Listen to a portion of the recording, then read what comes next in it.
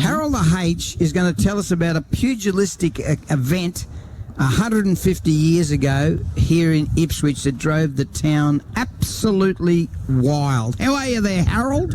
Yeah, fantastic, Danny. Look, I wish I was right there at the Good and the Jacaranda Festival, but I found something even bigger, and it happened, in fact, 175 years ago. Well, Paul Not is far from actually, where you are. Paul's listening, and he loves your stories, so let's go. Take it away.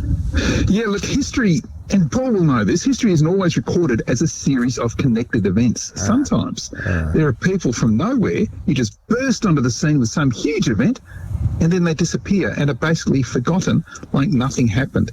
And that's sort of what this story's about, from Ipswich in 1848. 1848. This year being the event's 175th anniversary. Now, on one side, there was James Smith. Right. He was a Scotsman by birth, but having arrived in the colony as a child, he was commonly known as the Native. Oh. He was probably the same James Smith who was among the very early free settlers who arrived in the Moreton Bay colony from 1842. Now, by 1846, Smith had a house in the middle of Ipswich. In fact, that year he appeared before the Ipswich Police Magistrates Court for letting his pigs and horses stray into the public streets where they got a free feed. And look, he got off with a stern warning, but he continued buying up more town land before the big event in 1848 that I'll tell you about. But first, on the other side was William Jones, who was better known as Black Bill. Jones was a convict who arrived in Port Jackson in Sydney in 1827, thanks to a sentence of transportation for 14 years. Wow. Now, I don't know what the crime was, but it must have been something really bad. And he remained a recidivist because Jones was still a convict in Moreton Bay when he was given his ticket of leave in January 1848.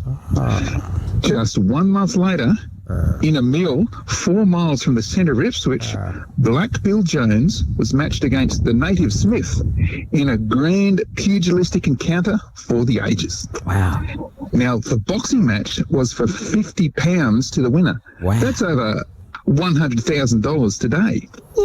It caused great excitement throughout the colony, and many people travelled for miles to see it. Wow. On the night before, the Ipswich town was crowded with strange faces, creating a bustle in the town, just like you'd see before any NRL or AFL grand final today. And come daylight, the road leading to the big fight, for at least a mile, was filled with groups of 20 and 30 people walking and on horseback, all heading to see Black Bill and the Native go head-to-head. Now, the supporters of each of the fighters were about equally split, so the betting ran high. Shortly after 7 o'clock in the morning, the fight commenced.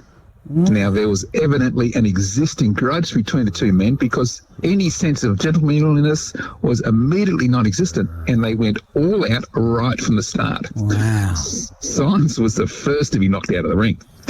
Now, this was a bare-knuckle boxing. This was back in the tough days. And 32 rounds were fought. That's 32 rounds. Until finally, a lucky blow by the Native caught Black Bill in the jugular, which proved decisive. And so the Native, James Smith, was declared the champion. The crowd all flooded back into town, where a large sum of money was again collected for Black Bill Jones to challenge Smith to a rematch. But I can't find any record of a second fight ever happening. And so that's where the fight story ends. But it's not quite the end for the convict, Black Bill Jones. Wow.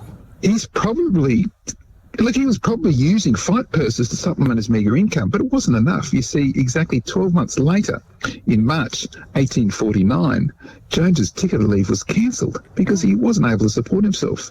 And so Jones was forced back into penal servitude. When he died in 1860, no one even knew the names of his mother or father to put on his death certificate. And so the story of what was no doubt the biggest fight in Ipswich and probably Queensland history was just forgotten and disappeared. You know what? You've brought back some memories. You know what I'm going to do? I want to fight Paul Tully in the ring bare-knuckled. That's bare You wear knuckled. the- you You can still wear- keep everything else on though. He can wear the big fat, floppy pants, cover, the big pants, and I'll fight him bare-knuckled. Okay? Well, I think you should in commemoration, because this is that event's 175th anniversary. So maybe we can remember Black Bill and the Native in their epic 32-round encounter just a little bit, and you and Paul Tully might be that commemoration. Well, I'll take him on. He's got a dicky knee, so I'll run him around a bit, jab him a couple of times, hit him in the crutch a few times, and see how he goes. But now, that's by Matty Taylor. He's doing a great job. Now, listen, tell me this. Where do we get? This will be on Facebook, right? That's right. We'll go online to historyouthere.com. You can see all the stories, all our photos, and you can see also other things on Facebook and Instagram and Twitter, all that stuff. Historyouthere.com. Don't forget to send through your version of the arc onto Facebook, historyouthere.com. That was Harold the H. Peacock, right here on West Bremer Radio. The time now is 8:20.